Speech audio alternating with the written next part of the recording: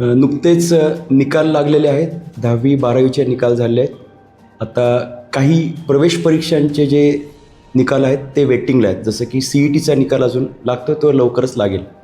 त्या अनुषंगाने आत्ताचा जो काळ आहे हा विद्यार्थ्यांचा करिअरची स्ट्रीम ठरवण्याचा आहे. आणि या अनुषंगाने राज्यभर अशी व्याख्यानं अनेक NGO ठेवतात, नगरपालिका ठेवतात, कॉलेजेस ठेवतात, अनेक प्रकारचे सामाजिक संस्था असे कार्यक्रम ठेवत असतात. आणि याचा उद्देश असा असतो की विद्यार्थ्यांना आता इथून पुढे काय असलेल्या अपॉर्च्युनिटी आहेत त्या कळाव्यात आणि ह्या अपॉर्च्युनिटीज कळल्या तर मग निर्णय चुकू नये. आणि या अनुषंगानेच आज तळेगाव दाभाडेमध्ये इंद्रायणी अभियांत्रिकी महाविद्यालयामध्ये आज व्याख्यान माझं आयोजित केलं होतं. आजच्या व्याख्यानामध्ये जे 12वीचे विद्यार्थी या ठिकाणी होते त्यांना सगळ्या प्रकारच्या करिअर्सच्या अपॉर्च्युनिटी कोणत्या आहेत, खास करून आज सायन्सनंतर त्यांना इंजिनिअरिंग, फार्मसी, ॲग्रिकल्चर, त्याचबरोबर आर्किटेक्चर, उद्योजकता, संशोधन, उच्च शिक्षण, परदेशी शिक्षण, मॅनेजमेंट या सगळ्या गोष्टींची माहिती या ठिकाणी आज करून देण्यात आली. त्याचबरोबर बदलत्या काळामध्ये आर्टिफिशियल इंटेलिजन्सचा परिणाम कशा अर्थाने या करिअर्सवरती परिणाम करणारा आहे त्याविषयी देखील उदाहरणं मी देऊ शकलो आणि मुलांना हे सकारात्मक पद्धतीने सांगण्यात आलं की जरी सुरुवातीच्या काळात नोकऱ्या कमी झालेल्या जाणवतील तरीसुद्धा पुढचा काळ मात्र भरारीचा असेल. या सगळ्या गोष्टी सांगण्यासोबतच विद्यार्थ्यांना सगळ्या प्रकारच्या करिअर्समध्ये असलेल्या काही नेक एरियाज म्हणजे अडचणी, त्याचबरोबर अपॉर्च्युनिटीज यांची ओळख करून देणं गरजेचं असतं. यामध्ये नेहमी माझ्या शैलीमध्ये काही उदाहरणं सांगतो, किस्से सांगतो, अनुभव सांगतो आणि दरवेळेस असा अनुभव येतो की या सगळ्या माध्यमातून विद्यार्थी व्हिज्युअलाइज करू शकतात, इमॅजिन करू शकतात. अमुकच निवडा तमुकच निवडा यापेक्षा आपण आपला करिअरचा निर्णय हा आवड, क्षमता, पात्रता आणि आता मी नवीन त्याच्यात ॲड केलं ते म्हणजे स्वभाव, सवयी आणि तुमची स्वप्न या दृष्टीने असावा. तो निर्णय मग कोणताही असू देत. त्याबरोबर मी आज हे अभियांत्रिकी महाविद्यालय असल्यामुळं इंजिनिअरिंगमध्ये आत्ता सध्या काय चालू आहे, इंजिनिअरिंगच्या सर्व क्षेत्रातल्या अपॉर्च्युनिटीज कशा आहेत, जगभरामध्ये इथून पुढच्या काळामध्ये काय काय अपेक्षित आहे, रस्त्यावरच्या अपघातांपासून लिफ्टपर्यंत होणारे अपघात, पावसाच्या समस्या, इंधनाच्या समस्या, त्याचबरोबर आगामी काळात माणसाचं जीवन अधिक सुखकर बनण्यासाठी काय करता येऊ शकतं आणि मग डिजिटल युग, सॉफ्टवेअर, AI याच्यामध्ये काय योगदान देऊ शकेल, रोबोटिक्स कशा अर्थाने ॲग्रिकल्चरमध्ये सुद्धा उपयुक्त ठरू शकेल, अशा सगळ्या गोष्टींची माहिती या विद्यार्थ्यांना या प्रसंगी सांगितली. सर्व प्रकारचे विद्यार्थी समोर बसलेले असल्यामुळं विविध प्रकारच्या करिअर्सचा उल्लेख या ठिकाणी केला. अशा पद्धतीच्या व्याख्यानातून एक प्रकारचं प्रबोधन होत असतं आणि हे अभियांत्रिकी महाविद्यालय असल्यामुळे इथं आलेल्या विद्यार्थ्यांना या संधी त्यांना पाहता आल्या असतील. आज कार्यक्रमाला प्राचार्य सर, पाटील सर आणि अमृता सुराणा मॅडम आयोजक आणि या सगळ्या गोष्टींचं पाहणारे कोऑर्डिनेशन त्यांच्याकडे होतं. तर हा जो अनुभव होता माझा तो आनंददायी अनुभव होता जो माझा नेहमीच असतो. विद्यार्थ्यांना भविष्याबद्दल, करिअरच्या अपॉर्च्युनिटीबद्दल सांगणं आणि त्यांचा रस्ता योग्य येणं माझ्या नेहमीच्या पद्धतीने भाषणाचा शेवट राष्ट्रनिर्माण होण्यासाठी त्याच्या तंत्रज्ञानाची काय भूमिका असेल असा केला. विद्यार्थी या ठिकाणी कार्यक्रम ऐकल्यानंतर प्रश्न विचारायला आले. त्यापैकी एक शेवटचा अनुभव मी सांगतो. एका विद्यार्थिनीने सांगितलं की तिला आर्थिक परिस्थिती नसल्यामुळं तिला अमुक एक शिक्षण घेता येणार नाही आहे, इंजिनिअरिंगच्या शिक्षणात ती जाऊ शकणार नाही. तर त्या ठिकाणी आम्ही तिला सांगू शकलो की BCA करून MCA करावं लागलं तर तुला 5 वर्ष लागतील, इंजिनिअरिंग केल्यानंतर तुला 4 वर्ष लागतील. अर्थात निर्णय तू तुझा घे असं मी तिला सांगितलं. पण तरीसुद्धा 12वी नंतर शिक्षणाचा खर्च असणार नाही आहे, कारण जी शासनाची भूमिका आहे त्याच्यामध्ये मुलींना 8 लाखांपेक्षा कमी उत्पन्न जर पालकांचं असेल तर हा खर्च नगण्य असतो, तो जवळजवळ नसतो. त्यामुळं त्या विद्यार्थिनीला ही गोष्ट कळली. तिला हा नियम माहीत नव्हता की OBCमध्ये 50% सवलत असते, त्याचबरोबर मुलींसाठी ही सवलत असते. आणि BCA केल्यानंतर रस्ता लांबचा होऊ शकतो, इंजिनिअरिंगचा रस्ता जवळचा होऊ शकतो. अर्थातच कोणताही आग्रह किंवा हे न करता त्या विद्यार्थिनीला तिला जे वाटेल ती तो निर्णय घेऊ शकेल. परंतु अशा शिष्यवृत्तींच्या गोष्टी असतील, त्याचबरोबर नवीन बदललेले नियम असतील, त्याचबरोबर घ्यायची काळजी असेल, जसे की लॉगिन ID, पासवर्ड हा विद्यार्थ्यांनी त्यांच्या स्वतःकडे ठेवायचा असतो. त्याचबरोबर जास्तीत जास्त ऑप्शन्स भरायचे असतात. अमुक एक हट्ट करण्यापेक्षा शासनाची जी प्रोसिजर आहे त्या प्रोसिजरसोबत जायचं असतं. हे सगळं सांगितल्यानंतर फायनल करिअरचा गोल त्यांनी ठरवावा आणि या येणाऱ्या महिन्या 2 महिन्याच्या प्रोसेसमध्ये सहभागी व्हावं अशा त्यांना शुभेच्छा दिल्या. आता एआयचा वापर जास्त झालेला आहे, बदलते तंत्रज्ञान आहे, या आधारित मुलांना तुम्ही काय सांगाल की त्यांनी ज्यावेळेस त्याचं करिअर निवडतील तर कशाला प्राधान्य दिले पाहिजे किंवा त्याचा एआयचा मुलांच्या करिअरवर विचार करताना कशा प्रकारचा प्रभाव पडू शकतो?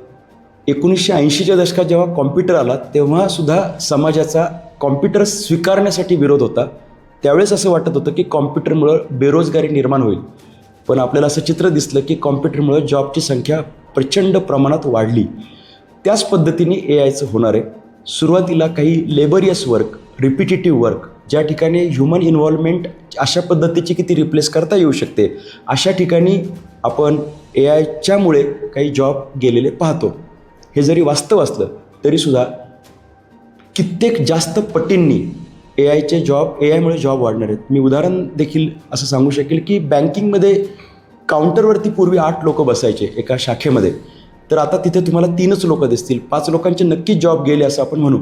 पण त्या ऑनलाईन बँकिंग आणि डिजिटायझेशनमध्ये अलीकडे आता जे लोक काम करत आहेत फिनटेक करिअर्सच्या माध्यमातून त्यांची संख्या जवळजवळ 500 पटींनी वाढली असं आपण सांगू शकतो. कारण आपण आत्ता जे पाहतोय की ऑनलाईन बँकिंग असेल, इंटरनेट बँकिंग असेल, त्याच्याबरोबर त्याच्या अलीकडच्या मार्केटिंगच्या योजना आणि फायनान्समधल्या सगळ्या गोष्टी, फायनान्शियल ॲडवायझरपर्यंतच्या ह्या सगळ्या पूर्वी नव्हत्या, आता त्या नव्याने आल्यात. त्यामुळे इथं एआय हे तुम्हाला जॉब निर्माण करताना दिसतं. हे मेडिकलमध्ये झालं आहे, ॲग्रिकल्चरमध्ये झालं आहे. सुरुवातीला जॉब जाताना दिसत आहेत, पण येणाऱ्या 5-7 वर्षामध्ये तुम्हाला त्याचं क्लिअर चित्र तयार होईल की जॉब वाढतात.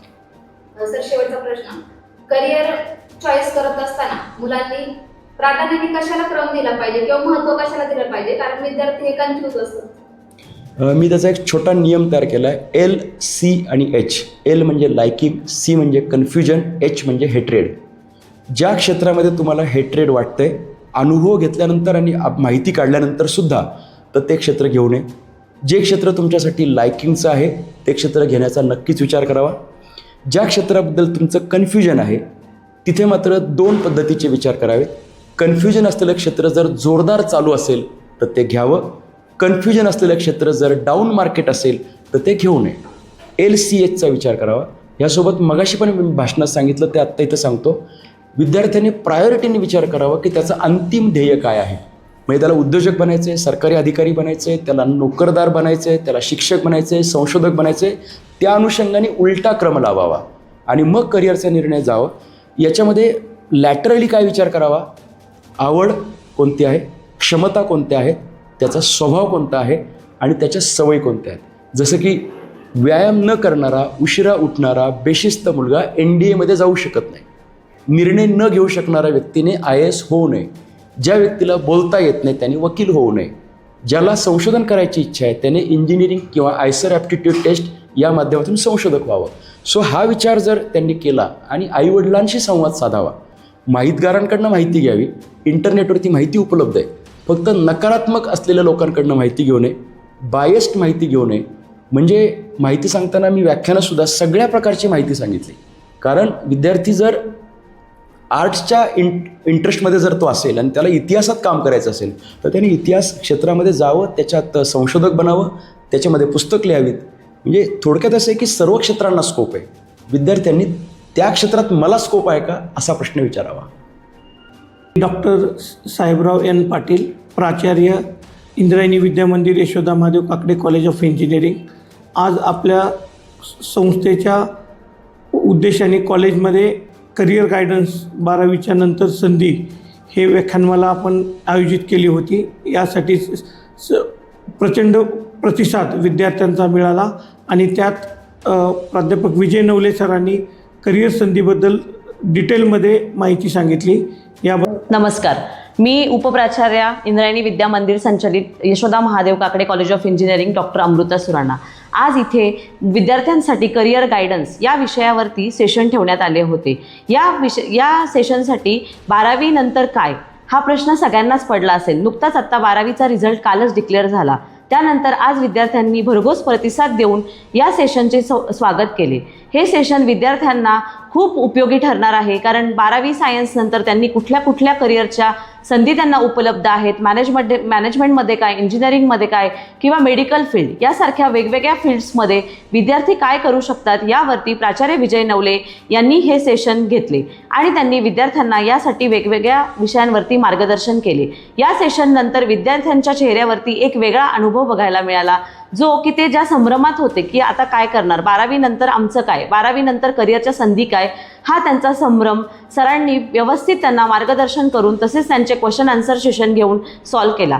या सेशनसाठी इंद्रायणी विद्या मंदिरचे अध्यक्ष रामदास अप्पा काकडे तसेच इंद्रायणी विद्या मंदिरचे खजिनदार चंद्रकांतजी शेट्टे आणि सेक्रेटरी चंद्रकांतजी शेट्टे आणि खजिनदार निरुपमा कानेटकर मॅडम यांनी सहकार्य केले. तसेच सर्व विश्वस्त इंद्रायणी विद्या मंदिर संस्थेचे यांनी सहकार्य केले आणि हा कार्यक्रम यशस्वीरित्या आज Yashoda Mahadev Kakade college of engineering येथे पार पडला.